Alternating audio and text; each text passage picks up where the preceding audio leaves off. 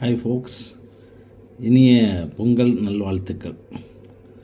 பொங்கல் அப்படின்றது நமக்கு செலிப்ரேட் பண்ணுறது ரொம்ப ஒரு சந்தோஷமாக சந்தோஷமாக செலிப்ரேட் பண்ணிகிட்ருக்கோம்.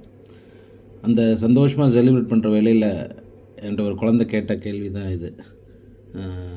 அங்கிள், டெய்லி நமக்கு இதே நாள் தானே வருது, இதே தான் விடியுது, இதே தான் சூரியாஸ்தமனம் ஆகுது, பட்டு இதை மாத்திரம் இந்த நாளை மாத்திரம் என்ன நம்ம சிறப்பாக கொண்டாடுறோம், இதில் என்ன இருக்குது, என்ன ஏன் என்றைக்கு வேணால் நம்ம பொங்கல் வச்சு கொண்டாடிக்கிட்டே இருக்கலாம்ல அப்படின்னு.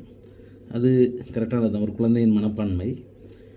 ஸோ அதுலேருந்து நம்ம என்ன தெரிஞ்சுக்க முடியுது, சிந்தனை என்ன அப்படின்னு பார்த்தோம்னா, ஏன் அது நம்ம பொங்கல் கொண்டாடுற ஒரு சில தினங்கள் வைத்து அப்படின்னா, இது ஒரு எக்ஸ்பெக்டேஷனில் போகிறது. ஸோ இது லைக் இது ஒரு மிட் ஆஃப் த லைஃப்பில் ஒரு சின்ன டெஸ்டினேஷன் தான். ஸோ நம்ம இன்றைக்கி பொங்கல் வருது அப்படின்னு சொல்கிறதுக்காக, பொங்கலுக்காக தயாரிக்கிறதுக்காக ஒரு மாதமாக அதுக்கு தகுந்தவாறு நம்மளுடைய வேலைகள் பழுவை மாற்றமைச்சு அந்த டைமில் கொஞ்சம் லீவ் எடுத்து ரிலாக்ஸ் பண்ணணும், இல்லை அந்த டைமில் எப்படி இருக்கலாம் அப்படின்றது ஒன்று.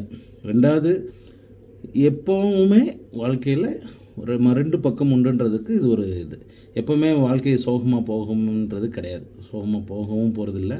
ஸோ சில சமயங்களில் சோகம் வரலாம், சில சமயங்களில் சந்தோஷமும் வரலான்றதுக்கான ஒரு காரணமும் கூட இந்த மாதிரி கொண்டாட்டங்கள். ஏன்னா எல்லார் வாழ்க்கையும் எப்போவுமே சோகமாகவே போயிட்டு இருக்கோமா? இல்லை, வேண்டாம். அதுலேருந்து நம்ம மாறி அப்பப்போ சந்தோஷப்படணுன்றதுக்காக அமைக்கப்பட்ட ஒரு விஷயமும் கூட இது.